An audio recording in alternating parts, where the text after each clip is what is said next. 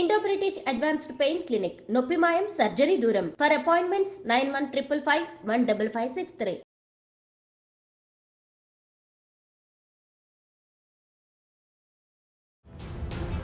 Serious గా పరిగణలోకి తీసుకున్నామని కూడా కోర్టు చెప్పినటువంటి సిచ్యువేషన్ అయితే కనిపించింది.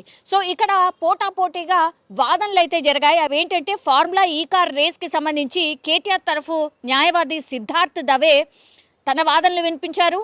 కేటీఆర్కు సెక్షన్ 409 ఏమాత్రం వర్తించదని ఆయన కోర్టులో వాదించడం జరిగింది. ఫార్ములా ఈ కార్ రేస్ వ్యవహారంలో ఎలాంటి నిధుల దుర్వినియోగం జరగలేదు అంటూ వాదించిన పరిస్థితి. సొంత ప్రయోజనాలకు కూడా ఆ డబ్బులను కేటీఆర్ వాడుకోలేదని కూడా ఆయన వాదన వినిపించారు. కేటీఆర్కు 409 అప్లై చేస్తే దేశంలో గందరగోళం నెలకొనే ఛాన్స్ ఉందని కూడా కేటీఆర్ తరఫున లాయర్ వాదించిన పరిస్థితి అయితే కనిపించింది. సో దేశంలో ఇకపై ఏ మంత్రి కూడా ఫైల్ మీద సంతకాలు చేయబోరని కూడా పేర్కొన్నారు. సో ఇవన్నీ కూడా మంత్రులు ఇంకా ఏ డెవలప్మెంట్ కార్యక్రమాలకు సంబంధించిన ఫైల్ వచ్చినా కూడా భయంతో ఇంకా సంతకాలు కూడా చేయడం మానేస్తారు. ఇది ఏమాత్రం కరెక్ట్ కాదు అంటూ కేటీఆర్ తరఫు లాయర్ వాదించడం జరిగింది. అందుకు సంబంధించి బాంబే హైకోర్టు నుంచి ఇప్పటి వరకు అన్ని కేసుల ఉదాహరణలు తాను కోర్టుకి సమర్పించానంటూ కూడా కేటీఆర్ తరఫు లాయర్ వాదించడం జరిగింది. పర్మిషన్ తీసుకోలేదనే విషయానికి సెక్షన్ 405 వర్తించదని ధర్మాసనానికి తెలియజేశారు. అండ్ కేటీఆర్ మంత్రిగా నిర్ణయం తీసుకున్నారు. బ్యాంకింగ్ ఛానల్స్ ద్వారానే నిధులు ఆర్గనైజింగ్ టీంకు నిధులు ట్రాన్స్ఫర్ అయ్యాయని కూడా ఈయన వాదన వినిపించడం జరిగింది. ఏసీబీ అధికారులు చెప్తున్నటువంటి ఈ 8 కోట్లు కూడా కేటీఆర్ ఖాతాలోకి వెళ్ళవని, ఆ డబ్బు కూడా నిర్వాహకులకే వెళ్తోందని సిద్ధార్థ్ దవే తన వాదనలు వినిపించిన పరిస్థితి అయితే కనిపించింది. కోర్టులో బలంగా వాదనలు వినిపించారు కేటీఆర్ తరఫు లాయర్. ఇవన్నీ కూడా ఆయన పాయింట్స్ రేస్ చేశారు కోర్టులో. అయితే పూర్తి ఆధారాలు కూడా కోర్టుకి సమర్పించడం జరిగింది. అదేంటంటే ప్రభుత్వం తరఫున additional advocate general Balamohan Reddy తన వాదనని వినిపించారు.